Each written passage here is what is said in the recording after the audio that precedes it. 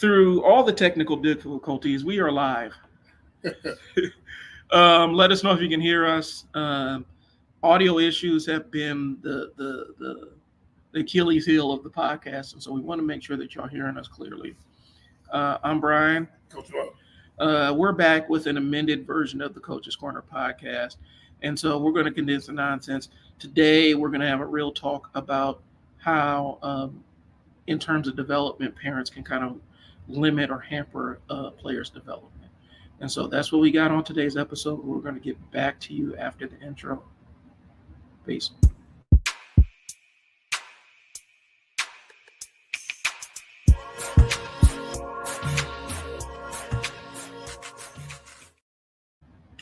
All right, y'all. So we're cooking with gas. We're back on here. My name is Brian. Coach Mo. All right. Together, we're the co-owners of Coach Mo Athletics. We're a hybrid kind of European American style basketball academy program, which means that we practice way more than we play. And we do it for a couple of different reasons. The other side of it is the European side, and we're still trying to get the marketing piece of it right, but it aligns with how we've been doing it for years. So we're just giving it a name now. But, it's more based on being the well-rounded team player, existing in a team. It's not really based on your physical capabilities. Like, you still need to have, be able to move and stuff on the court, Right. But it's making well-rounded players so they can really thrive in any kind of system under any kind of coach. Right. And so that's what our model is. Can you guys hear us? Hear us clearly? All right. Well, if not, then we'll just have to scrap it. But we're going to keep going. So that's what we offer here. And so the thing that the reason why we can sit up here and do the podcast, because Coach Mo, how many high school players do you have? Give me an estimate. It's all of in high school. Yeah. That's playing currently. Yeah. Well over 50. All right. And college players. Probably 20. All right. Middle school. Well over 50. Okay. And we're going to probably be having kids that are going to be, prospects moving forward to play professionally, NBA and other levels. And so very soon. And so that's what kind of qualifies the information that we're giving you here. Now, it can feel like a personal front when we're saying ways of parent, because we work with parents. Ways of parents can mess up a kid's progress. Here's the rule that we're setting here. One, the situations we're bringing up have happened multiple times in our 8 years of doing this. Right. Two, we could be talking about us as parents, because we're both parents of players. We're learning too. Right. But also we can be talking about parents that aren't with us, or parents that we were able to point out what the issue was and we're able to have success. So when we're talking about it, we're not trying to single anybody out, but people are going to get mad regardless. Right. So this is what it is. We wanted to have a conversation because Mo and I have lots of conversations about basketball development stuff, and he educates me on stuff because I do the marketing stuff. But we talk about ways that parents can put roadblocks in the path of kids as they grow. And it's not malicious. There's no intent behind it. It's trying to do the best, but trying to do the best with a limited understanding of it. You get where I'm going with it. Right. All right. And so we're going to talk about ways that parents can improve the outcomes with development and stuff, and how that they hinder it. And so one Mo and I were talking about, we saw it posted online, talking about, and I forgot which coach it was college coach. And she was sitting there talking about when she goes to games, how she evaluates players. Oh, yeah. So, and one of the crux of what she was saying was, when she goes to games, she, because she already has a lot of really talented players, kids that can shoot and dribble and do all that other stuff. She's looking at seeing how the kids responding to if they're getting blown out in their body language and how they're interacting with their parents after the game, after a bad loss. So, Coach Mo, can you elaborate on that and educate? Because we talk about it, but people don't believe us when we say it. Right. What is she talking about in that sense? Well, no one wants to give a scholarship or take responsibility for a kid that can't figure out basic stuff like control your body language after a loss. Right. you're taking the chance on the kid that's going to be 400 miles away to your school, and they can't handle being on the bench, and their playing time is written all over their face, when they can just go ask another kid that's next in line that may not be as talented, may not be able to shoot and dribble as much, but they're able to be developed and be a better team player, and they can work with that kid. Right. And the coach was basically saying, listen, if I'm bringing this kid on our team, that team is our unit, our family unit. Right. And so I'm looking at how they interact with their family after a bad loss. Mm-hmm. They're looking at if this kid is going to throw off the balance of that entire team. And she's weighing against talent because, and we talked about it in other things. Right now we have a train passing, so it's probably something random over here. But she's looking at it from the aspect of, as she starts moving towards the top, the talent starts balancing out. Right. Like there's going to be people that are more talented and they're just at a higher level, but that gap becomes smaller. And so she's looking at the body language and things to make sure that this kid is actually a good fit for their program. There's only a few Caitlin Clarks and Angel Reese and Asia Wilson. There's only a few of those that are just ready to step in and do something like that. So how do you fill in a team with the other four? Right. The other three. I need to find somebody to fill in that way. Right. And that's what we're talking about. Will this kid disrupt my locker room? And that's what that's basically huge thing you bring up there. Will they disrupt my locker room? Because that will make or break a season. Are they coachable? Yep. If I put her around my staff, can I put him, when we're saying her, but it's with boys too. If I put this kid around my staff, are they going to be receptive to what my staff is saying? Right. Or are they going to, and then do I have to deal with the parents and stuff like that? And so they're looking at all these other factors. And these are things that we're talking about. So parents, if you take your kid out to one of these national exposure tournaments, and Mo can articulate it better than I can, but I'm imagining with some of these national exposure tournaments, they're more of like all-star games. Yeah. And kids come in with different expectations of that, and games can get really lopsided really fast, and they're kind of evaluating each kid on the court, but not really checking what the score is as much. It is so hard, and people get mad at them, but a lot of the coaches I talk to, it's so hard to send kids to those things, right? Because there's not a lot of defense played. They can put you on a stack team and you look good and you won, but you're hiding, right? Or you're on a team where you get exposed, and I think that's where it goes back to.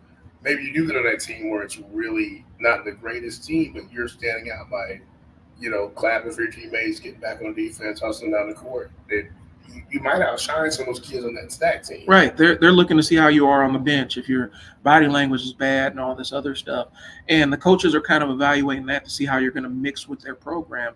And so it gets old. We talk about, we've had kids in our program that's, came and gone. It's with two that every single time you set them down, they're slapping a chair. They're upset. It's like, if you can't stop this now, it's never going to work for you in high school. Well, and so they're looking at it like, and we're talking about how the parents can help out. The kids raising hell, are the parents there to come in and get the kid back under control and teach to it? Or are the parents raising hell too? Are the kids and the parents both raising hell? Those are the things that they're looking at. And so parents, it's modeling the kind of behavior that you want these kids to demonstrate across the board. And sometimes it means dialing back on your little superstar, right, dialing back on some of that treatment. And there's a pendulum on that, because you can go the opposite way, where you're tearing your kid down actively, because I've seen it where parents are actively heckling their kids in the stands, which is ridiculous. Right. But it's making sure that the way that you approach it is balanced. And basically the kid is being watched from the moment they walk in the door, right, at these places. And just take that and spread it out to every other tournament, because you never know who's in the crowd watching. Right. The kid's being watched the entire time. And the kids are watching the parents. And right. So, like, if you're in the car before the game, I always try to have an environment of peace before the game. And we talk about stuff that even basketball sometimes. I say, you're locked in. With my oldest, I always say, well, you're locked in, ready to go. And that's I'm talking about it. Yeah. Then I talk about something else, like something common. Put your headphones on, son, if you're gonna listen to your music, something common, like so. So if he's modeling me, and I'm sitting in the car, man, I hate how the coach played you last week, and they need to put you in a different defense. They gotta give you the ball every time. That kid comes in with this this expectation of your expectation, but not what the coach is asking him to do. Right. And so you're, as a parent, you're actually hindering that kid because now in his mind, yeah, he should play me a little bit more. Hold that thought. I'm about to do something with the audio here real quick. Make sure we're still connected. I need to make sure that, all right. So I had to switch the mic. The mic was on some other channel. So if you're having trouble hearing us, let us know, but I had to switch it out. Okay. So continue on. You have to maintain an environment of peace within the car. Before you go to the game, Graham Pete, you cannot come in here worried about what the coach did 2 weeks ago in a tournament and talking to your kid. They listen to, no matter how cool, calm, collected your kid is. Like I know Brian's kid does with my nephews and nieces. My nephew's real laid back. He's real laid back. He knows my older laid back. But they listen. Right. They listen, and eventually that laid back is like, that doesn't mean that they're not listening. And so eventually you get into a game and the coach tells him to go left and he goes right, because in their mind they're like, well, Dad said this is the way I'm going to get a scholarship, or Dad said this, so you have to calm down, and there's a way to do it. Right. There's a way to do it. It was one game. You got upset for one game. Let the coach and the kid talk about it. Right. And if it's bigger than that, then we have a conversation. But if you're already coming in negative, your kid picks it up. Well, and that's what we're talking about, is how parents can set the stage and help out with the development piece. So we've kind of belabored this one, but there's other ways that a parent can hinder. And we've talked about this on previous episodes before, right, but I want to get into this piece of it. When you introduce inconsistency with the training, and there's different ways we can be inconsistent with the training. The example I always use is it easier to learn algebra from one teacher or 7 teachers? Right. All starting with their own method at different places in the education piece of it. There's one. It's one. It's one. It's always one. And so sometimes when you're trying to do too much and you're trying to expose the kid too much to too much stuff, you can hurt them. The other side is sometimes a coach is judicious about, okay, we're going to play here, and they're choosy about where the team plays because they want the kids to have a good experience, but they also want them to learn. Sometimes they'll make an audible and say, this ain't the best experience for us, and so let's go back to the lab, let's go get some work in, and then we can come back. So let's speak to first the multiple coaches playing for a bajillion different programs. You hit it right away.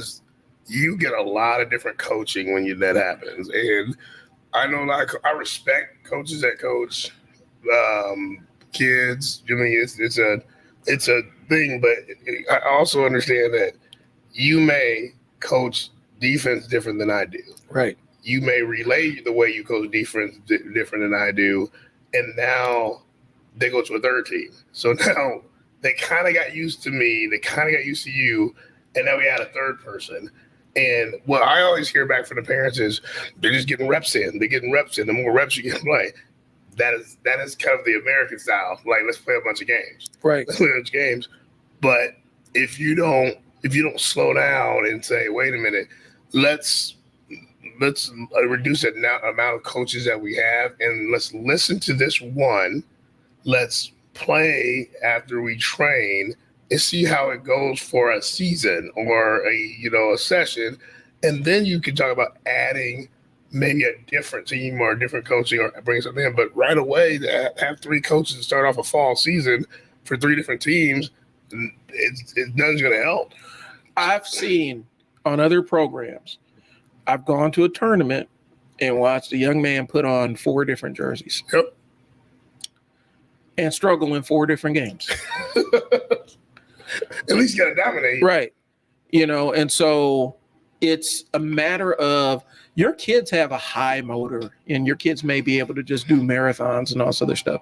As the parent, you have to put some controls around this piece of it and limit how much other stuff that they're doing. More isn't always better. More training isn't always better. More games isn't always better. You have to go where there's an approach where you get days off. Yep. You're allowing for different coaching styles, because we've had it where we've gotten a kid back and they have been coached. They're with us, but they have other coaches, and they were playing a style that the other coach had for them. Right. And it completely did not align with the stuff that they had learned from us. And so it put us in a weird situation, because now the kid goes from being a star on the floor in their role to kind of a potential liability. Right. And so we're looking at the consistency piece of it.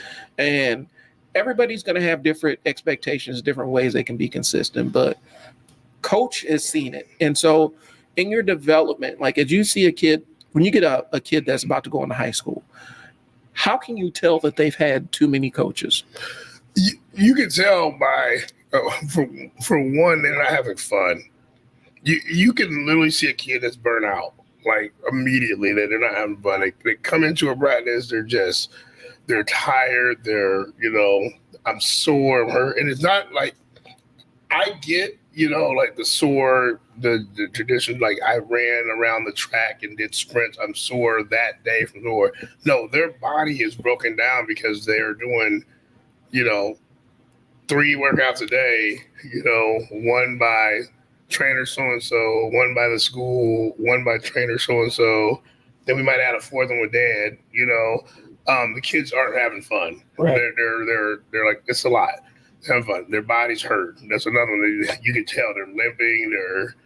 It's something. They look like they have a headache. They're just not. They're they're moving differently. They're like, here's an explosive guard. That you said gets out of the offense, moving like they slow. Like you're doing a lot, and then a lot of it they're mostly drained. Right. It's mostly drained. It's if you're doing 4 different styles, you're mostly drained. And again, we talked about it. Like you have to balance out what you need to do. Like I'm okay. So I know my oldest does stuff, trains in the morning, trains at night, but on his own is like, I'm coming to do free throws when I do. That's a decision that we've all said together. Right. Now, if I saw, and he's expected as a guard to shoot a certain percentage. Now, if he was shooting 10% from 3-point line and he's a small guard, I might go hire a shooting coach. Right. But the expectation with the shooting coach is like, he has these 2 things. And I want you to help with the shooting part of it, like, too, but he can't go 7 days a week because he's got these other 2 things, and as long as you have that understanding, it makes sense because that's building towards our goal. Right. But if I just go off and say, he needs to go to shooting 7 days a week, train 5 a.m. 7 days a week, train afterwards 7 days a week, then go do some weight training 7 days a week, and then go, do some sprint training 7 days a week. That's a lot. Right. That's a lot. And that's as a parent, I'm doing too much. I think I'm helping, but I'm not. One of the most insane things I've heard on the internet was, I think it was Gilbert Arenas talking about this, where he, in his mind, if you lift weights 7 days a week, you get stronger. No. And every strength coach and every fitness professional just cringed through that entire, like it was a whole segment. They cringed through that entire segment. There is no way that lifting weights 7 days a week. There's going to be some outliers. You got old boy, I command you to grow. CT Fletcher. Yeah. You have your outliers. Yep. Where, with some enhancements and some natural stuff, he's able to go lift and work the same muscle group every single time, every day of the week. Right. Most people don't work like that. You don't function like that. And it's really easy to overtrain. And it's not just weightlifting, but I'm using that as an example because that's the one I know the most. And so it's insane to think that if you consistently train 7 days a week without rest, without slowing down, without taking time off to let your body heal, that you're going to get better. It doesn't. Skill wise, the skills may come, but then you got to talk about central nervous system gets fatigued. I've experienced that doing Olympic lifting. Right. Your central nervous system gets fatigued and nothing works. Right. And it's really easy to overstimulate that side of it. And so what we're saying is sometimes it makes sense to dial it back. Right. And as the parent, the idea that you are going to play a tournament every single weekend in season, that eventually there's going to be a breaking point. And more times than not, the breaking point comes with the kid's body because they end up getting those overuse injuries and those nagging, weird overuse injuries that pop up. Ankle, lower back, and growing. Right. Is an overuse. It's an overuse thing. Right. I mean, you can twist into it, but 9 times out of 10, it's an overuse thing. And you will not be 100% the rest of the season. Right. So this is where we're saying parent, you got to be a parent, right? Mm-hmm. This is where we're talking about it. So, Coach Mo, your son wants to go out and train. You know that he's exhausted. Right. What do you do as the dad? So you meet. So I like to meet my kids halfway. Okay. So if I always question what training you want to do. I want to go lift weights. I want to do later too. Okay. How many days did you lift weights? What did 5? Okay, that's a lot. That's way too much. Right. With weights.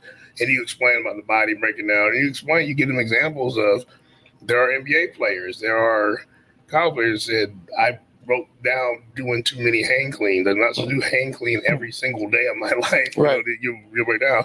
You come that. I say, okay, so if you want to go train, how about today we just do free throws and a couple sprints and let's be out and give them a time limit and let's be out in 45 minutes. Right. Because you're not going to do your 2-hour power workout and lifting barrels and right. You're already limping. You're right. already sore. You told me you were sore yesterday. Let's just shoot free throws today. You're still getting basketball in. Let's just shoot free throws. I'll meet you halfway. We can go train, but we're going to shoot free throws. Okay. Right. Here's the thing: if you can tell them no to the new pair of Jordans, right, you can tell them no to come down to training. Yeah, go sit down.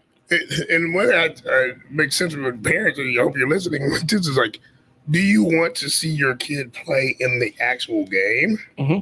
or do you want to see them sitting there with a bandage wrapped up knee and ankle because they overtrain? You're investing in them to get better, develop. So you and grandma and cousin and neighbor can come see them actually get on the floor. Yeah. So, and this is what goes into another part of it. So we're going to move to the next part of this.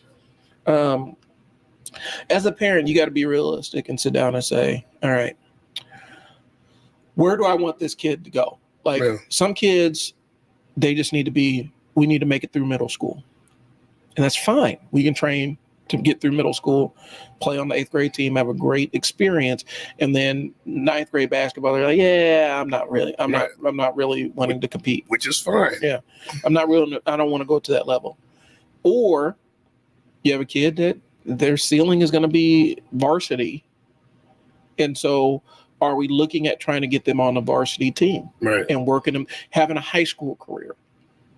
And then a high school career, hey, it's great. I'm done. I enjoyed it, got my trophies or whatever, got my photos and everything. We're ready to go. Mm-hmm. And then other kids, and as we go up, the funnel is going to narrow. And other kids, I want to go to college. I want my school paid for by basketball. Right. Okay. Or football or baseball or whatever. Now we're at another level. Right. Right. And so now the training looks a little bit different starting out because now we're walking over use injuries and stuff like that. Mm-hmm. How do we make sure that this kid has a long career so that they can play from childhood to adulthood? And so as the parent, you need to be aware.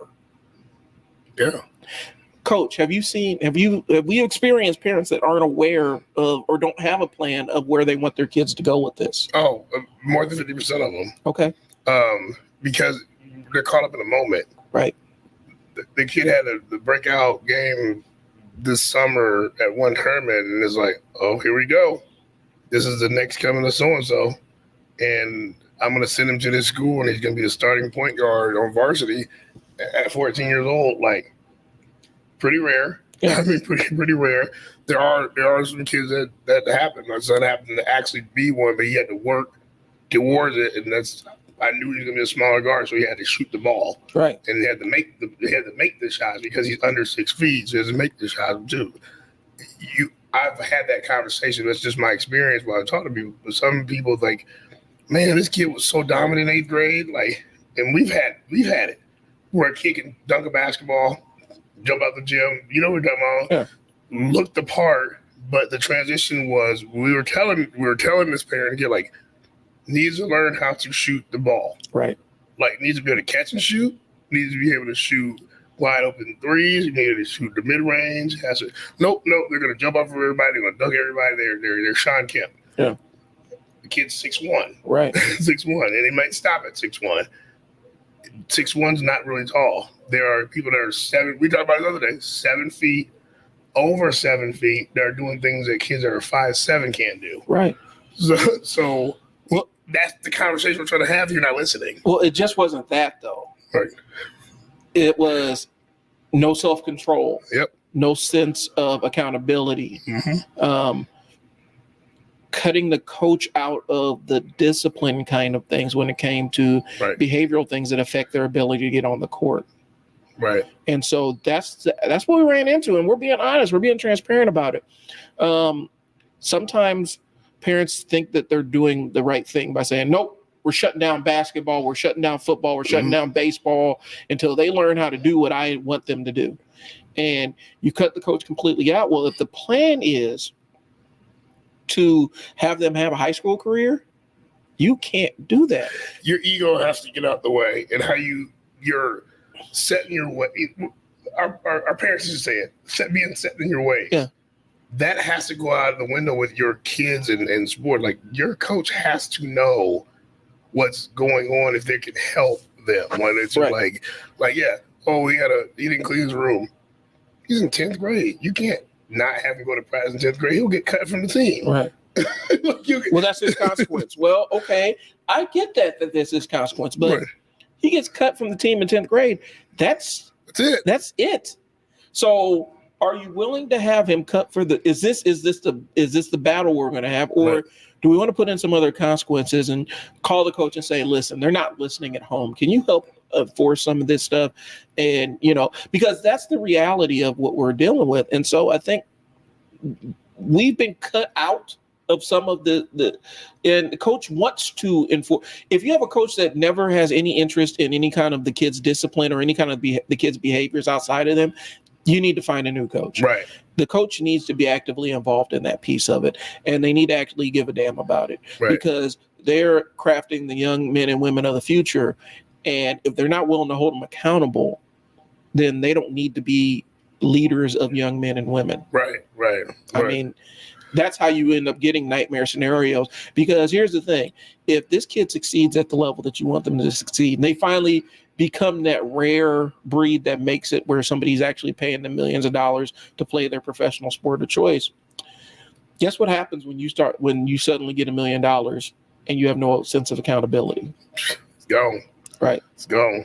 And this is what we're trying to tell these kids. And I like what you brought up. It's like, you gotta know what level your kid wants to go to. What is the plan? What is the plan? Because there's steps to take that. There's ways to go about that. But if you don't know, your kid might tell you one thing.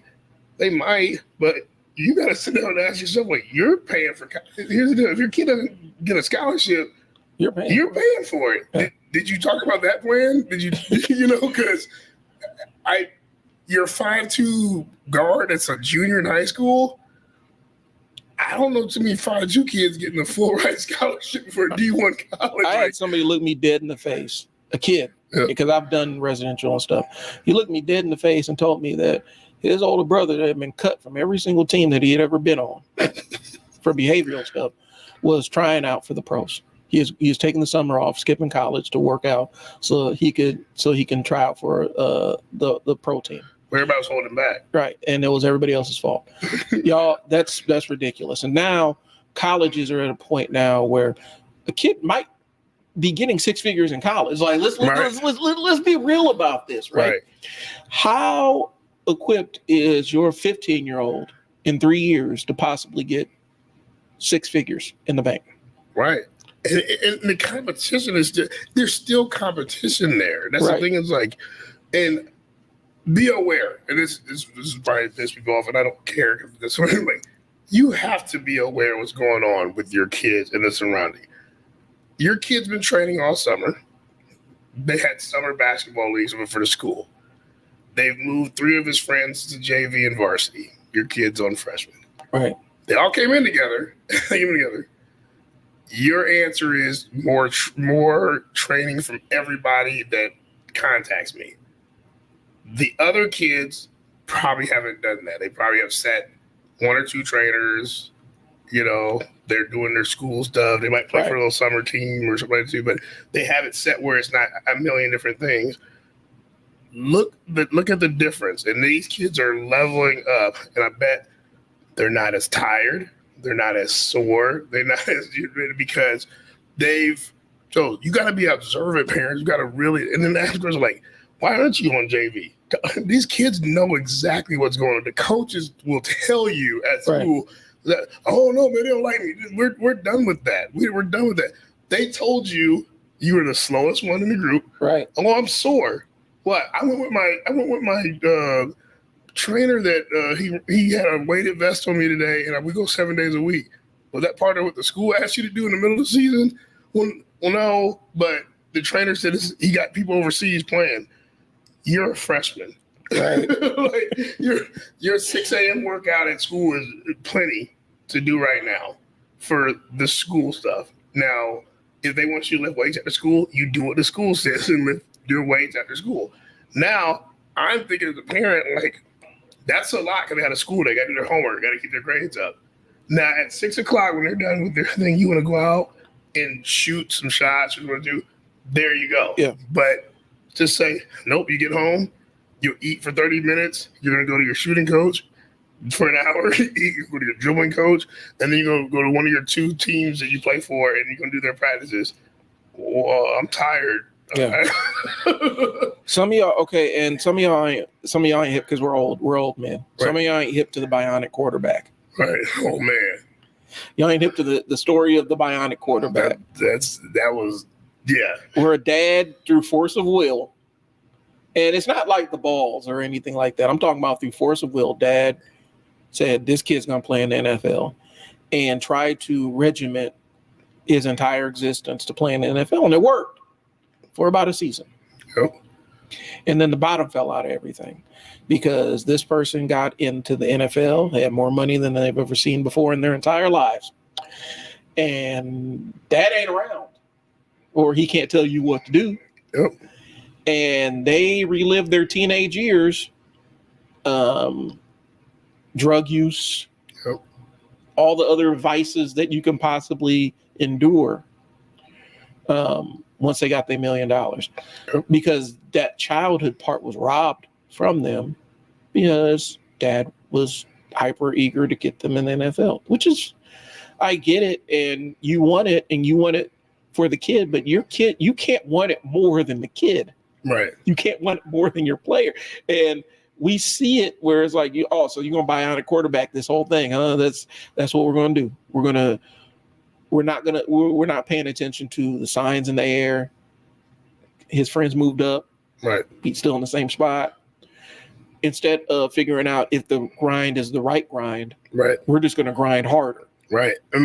My youngest was a prime example. So he's a kind of he's naturally athletic, but he loves life. Like he could go out back and stare at clouds and tell you about what the shape they are. But he also can come in and be one of the best defenders, So he's kind of new to a lot of the super competitive stuff. So he's gotten better because I'm listening to him and watching his body. And so, like, if he's, if he hit the ground a few times or two and he's been sore for a day or two, it's you need to sit out. Like, I can see you visibly, you're hurt from that fall you had. Right. You need a day. Well, you need a day to put some ice on that back or knee to relax for a second. Real quick question, Coach Mo. I want to ask you this while we're on this. Yep. Vein. How do you, as the coach, as a dad, as a parent, hold a kid accountable for their commitment to their team versus where you don't cross that line where you're pushing them harder than they're pushing themselves? What is the balance there? I watch how they interact with their team when we are actually together. And if it's poor effort, if it's yelling at people, if it's not hustling too much, you're not accountable with the team. You're selfish. Right. You're selfish, and you can see it right away. People are wild over here. Like you can see it right away. We're not saying you had everybody has a bad game or a bad practice, but your effort should never be bad. Your effort should never be bad. Like I'm the believer, if we were doing a shooting drill and you really were doing your footwork right and we were shooting 50 shots, let's say you missed all 50. I doubt that happened if you're doing the right way. 50, but you went hard. You were grabbing, you were rebounding, you were hard. I'm not mad at that effort, but if you're coming to practice, you're like, this is one of my pet peeves. You're late. Not their fault because you kids don't drive, but when you do come in, you still have your beats on. You still have your sandals on. You're rapping to yourself. You're looking at the ground, and you're taking forever to tie your shoe. Now we're 15 minutes in. We're waiting for you to do something like that. You're not accountable to the team that's been ready to go. Right. You come in, you throw your shoes on, you stretch, you apologize to the team. My bad. My dad ran into traffic. I'm ready to go. Right. And if you're not, you're thinking you're just too cool for the team. Well, okay, I'm asking this because I have an expectation in my household. Yep. That you're going to finish the season at least. Yeah. Now, I had to make an amendment to that. My daughter was doing, I think it was like all these extra choirs, plus she's doing theater and she's doing basketball and she's doing STEM and all this other stuff because she likes doing all that stuff. Here's what the issue was. One of those things she absolutely hated. Yep. And it wasn't fun for her. It was impacting her ability to do other things. Yep. And I had to back off of my stance of you got to finish the season because she was carrying it forward. I can't quit on them. I made a commitment. Well, dear, you hate this and you don't want to do it. You don't want to do it in the future. At some point, I'm asking you, what is that breaking point for you? Like where the kid is like, I quit. Just arbitrarily, I quit because things are hard versus I quit because things are damaging. How do you determine that? Again, that's that conversation you got to have as a parent. You should see this coming. Right. You've got to see this coming. You got to see if how they get up for practice. They're dragging their feet. They don't want to do how they talk about the code. They talk about the plays. If they don't work outside of basketball, there's a big sign right there. Like if they're outside of practice, they don't really go outside of practice. Especially, I would say the most determining age is the 7th grade. Yeah. When you get to 7th grade, you kind of know what you want to do with a sport. At least you have one main sport. You know, you might have two, but one where you're like, okay, I'm going to invest in. I'm going to do this. This is what I want to do. If the kid has one sport and they're still, I don't want to go to practice today. I don't know. Coach is mean. The kids make fun of me. And it's a ton of excuses.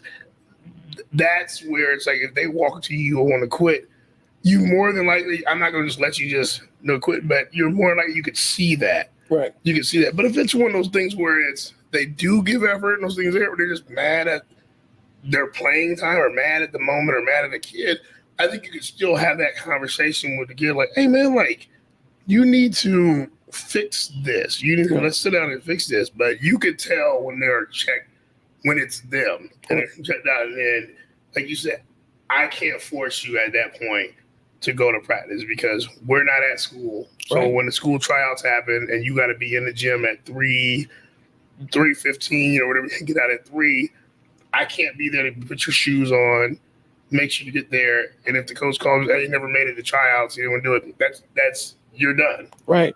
Because I'm asking you that because a little dude from Florida, man. That's your squad. Right. Oh man, A little dude from Florida, man. Man, social media. We thought he got beat, and he's like, "F this team." Brian on social talks media. about this. Stop doing stuff on social media. Because it took off like wildfire, and now people are quit. And I think the thing is, NFL's looking at that. Yeah. Other colleges are looking at that. You're a quitter. Like, you quit on the team publicly instead of working it out. I'm not drafting you. Right. You're going to quit on me. I'm not going to give you a couple $1 million so that you can give me the finger on social media and quit. And so that's what I'm talking about is, as the parent, how do you determine that? And there's no clean answer to it. Nope. The idea is you know your kids better than anybody else. You are the expert on your child, but you have to pull out of the part of being the fan of your kid playing, right, and be the parent of your athlete that's playing. Nothing happens overnight. Right. You knew. You had an idea. You just chose not to. Right. You just chose not to know. You know, and then we get kids, like Monday nights are great for our academy, okay, because we do a lot of competition. So if you ever come to Monday, we've kind of switched over to the competition, kind of getting ready for school stuff, and right. And you can tell like the vibe's different because you've been watching like where everything's competitive. Everybody wants to be here. We had a time, you know, when you get about 2 or 3 kids during the summer that didn't have that same thing. Dog wasn't in them. Wasn't in them. And they're like, wow. And I think reality set for some of them where they're kind of like, man, this is really a fast game. You know? I think one of them got dunked on. Yeah. And all of a sudden, they're out. And they don't want to be here anymore. I'm like, man, if Alonzo Mourning, who probably got posterized more than anybody, look at Alonzo Mourning. Had a great career. This is a Knicks fan talking right here. I love it. Every time you get punched on, you got to do this. If you would have quit after everything you dunked on, this dude would not be going to the Hall of Fame or be whatever here. I'm like, you're in 8th grade and somebody dunked on you. You're in the wrong position. It happens. Right. But you're ready to turn your back in and quit. That lets me know you did have the dog and you won. And you don't really want this. Yeah. You know, Chris Paul, man, Steph Curry had him playing Twister. He had him in the corner. The dude hit the ground, knee hit all. He fell backwards. He's going to the Hall of Fame. Right. Steph Curry is a great player. He's one of the best players to ever play. He didn't get on the news and like, I announced my retirement. What happened, man? This dude had me fall on the ground there. Like, it happens. Right. It happens. But if your kid can't handle that, we're finding out early this may not be for that kid. Well, that's that certified smoke jumper, smoke ducker, where you're a certified smoke ducker, where as soon as it gets real, you start. I mean, and Monday nights at Academy are kind of the proven thing because we're in our building and it's a half court. It's a closer environment, and so there's a level of interaction and competition and people pushing harder. And so it gets a little bit more active in here. Right. And the kids that aren't ready for the activeness are the ones that fade in the background. And that, as a parent, if you're watching this, is spectating this and seeing your kids kind of ducking it and not really with it, the speed of the game might be a little bit too fast for them. Yeah. And it may be an adjustment mentally where they need more reps and they need to get more comfortable, or they might start that path of checking out. And so it goes back to a point that we said a couple months ago, talk to your kids. Do you want it more than your kids? And that's the thing. Like I've talked to delusional parents where they'll tell me, they're like, well, grandpa played, uncle played, I won state, I was this and this. And you look at the kid's like, I like tennis. Yeah. You don't like tennis. Oh no, your fond tradition of the Johnson family. We're just gonna do whatever. I'm like, I don't really want to do this. We're a baseball family. We've heard that in the state of Nebraska more time. We're a baseball family. Kid hates baseball, but we're a baseball family. Yep. We're a football family. Kid doesn't like contact. Well, we play football. Dad played football, and uncle played football, and cousin played football. He's gonna go play football. He hates football. We're a volleyball family. She doesn't like volleyball, and so let me. This for you talking. I love that. So here's a connection with all that. We talked about this. All coaches talk somehow. Yeah. They talk or they know each other, and it's like this spider web. So everybody kind of talks in the web. So you think that you don't want to hear the answer. You don't want to hear what we have to say. The kid just flat out said, "I don't like basketball. I just don't want to do it." So instead of listening to your kid, it is now blame the coach. Yeah. And now, it's because you made him lose the love for it. No, it didn't. I just being honest, he said he doesn't want to be here. So why are we putting him in a game? He said, I don't want to play today. Yeah. I've had kids flat out, the parents don't believe me, like, you could ask the other 8 kids and the assistant coach. The kid flat out said he doesn't want to come into the game. He's good. He said he's good with playing. I'm not going to play, but you're not listening. And so I'm out of here, Coach Mo. Thank you for your service. I'm out of here. I'm going to go to the next person. The next person calls you the night before, like, hey, this kid showed up. Oh, he did? Cool. And I don't even hate. I don't say anything. I'm like, good luck. Like, Right. Good luck. And I get a call 2 days later, like, He quit on me. he quit. I said he couldn't start because we already have an established team and he has to work hard. Quit. So then they go to the third team. Right. And they do. And it's connected. It's connected. And then the bad thing is, like, that son might be good at basketball. Now the daughters in other sports, basketball and volleyball and tennis, and now they get a rep of this whole family likes to jump around because they don't want to hear anything. Right. And now they're uncoachable. Boop. And once you get that, that's hard to break. Well, we've had kids quit on the sidelines, and parents are mad, like they're not getting enough playing time. He just quit. They just said they didn't want to go back in the game.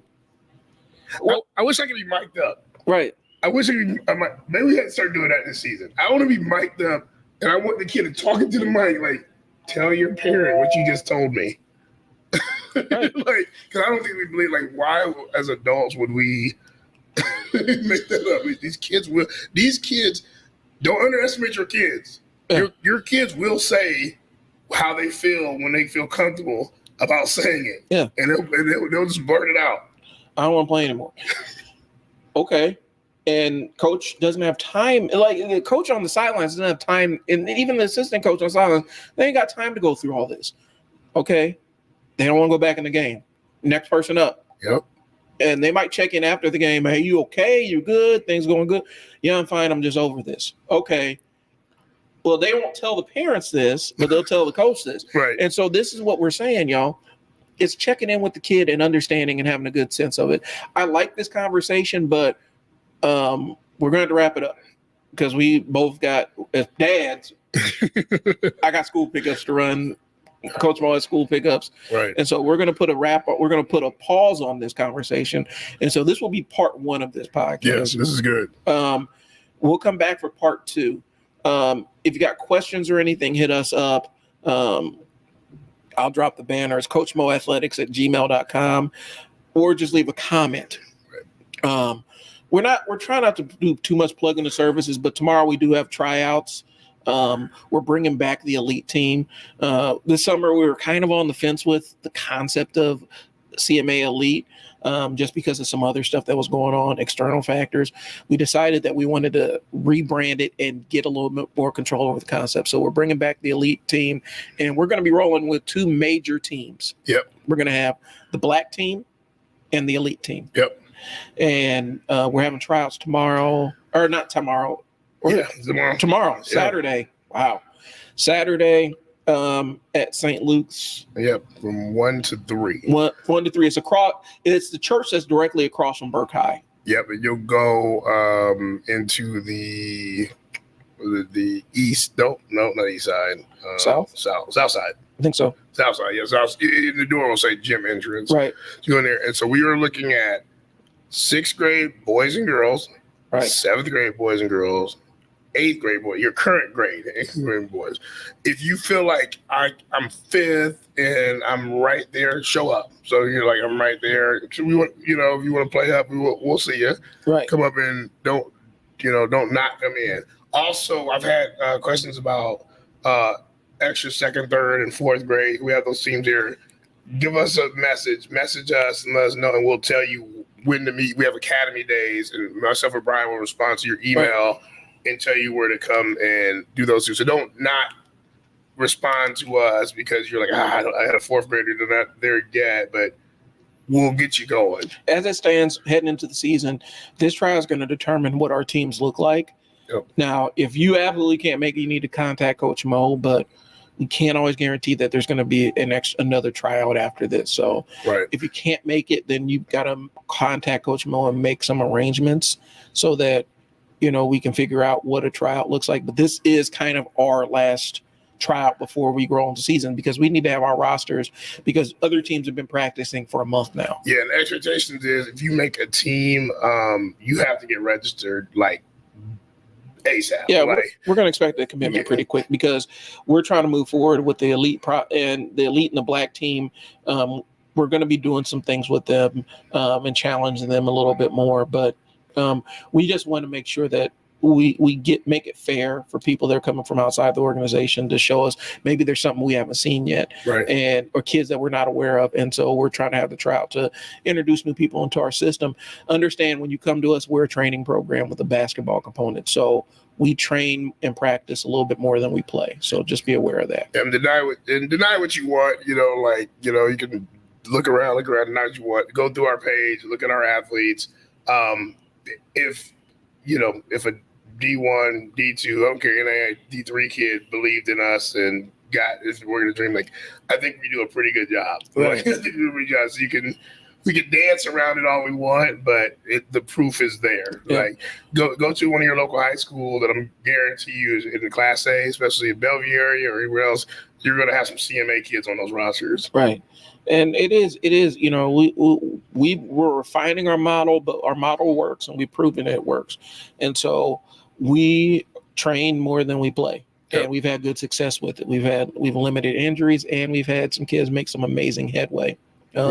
So that's where we're at. We're having a tryout tomorrow, 1 to 3, St. Luke's across from Burke High School. Come check us out. And we're going to be looking for a commitment pretty quick. So that's what we got. I'm not going to plug all the other services that we got going on. It's not it. You guys, if you're interested, we do basketball training, large group, small group, one off. We got shooting stuff to work on your shots and stuff like that. So we have all of that stuff. Check out our Facebook page. It's posted there. That's where we keep all of our services. That's what I got. Yeah, happy early birthday to my baby Mina. She'll be 15 tomorrow. So oh wow, 15. I know. Man, so happy early birthday to you, Mina, if you're listening. And good luck with everything you want to do this year with sports. So we're looking forward to celebrating with you. And then shout out to all the kids right now who just started their varsity and JV and freshman and morning workouts for basketball. Like, I know it's tough, but you fight, get through it, hydrate, stretch, get through it. Yeah, it's coming up. Yep. So that's all we got. That's it. Trial boot camp still going on. That's on the Facebook page. I'm Brian. Coach Mo. Check us out. We'll talk to you guys later. Thanks for tuning in. Peace. Oh my God. Computer is bugging, bro. There we go. Are we going? We're going.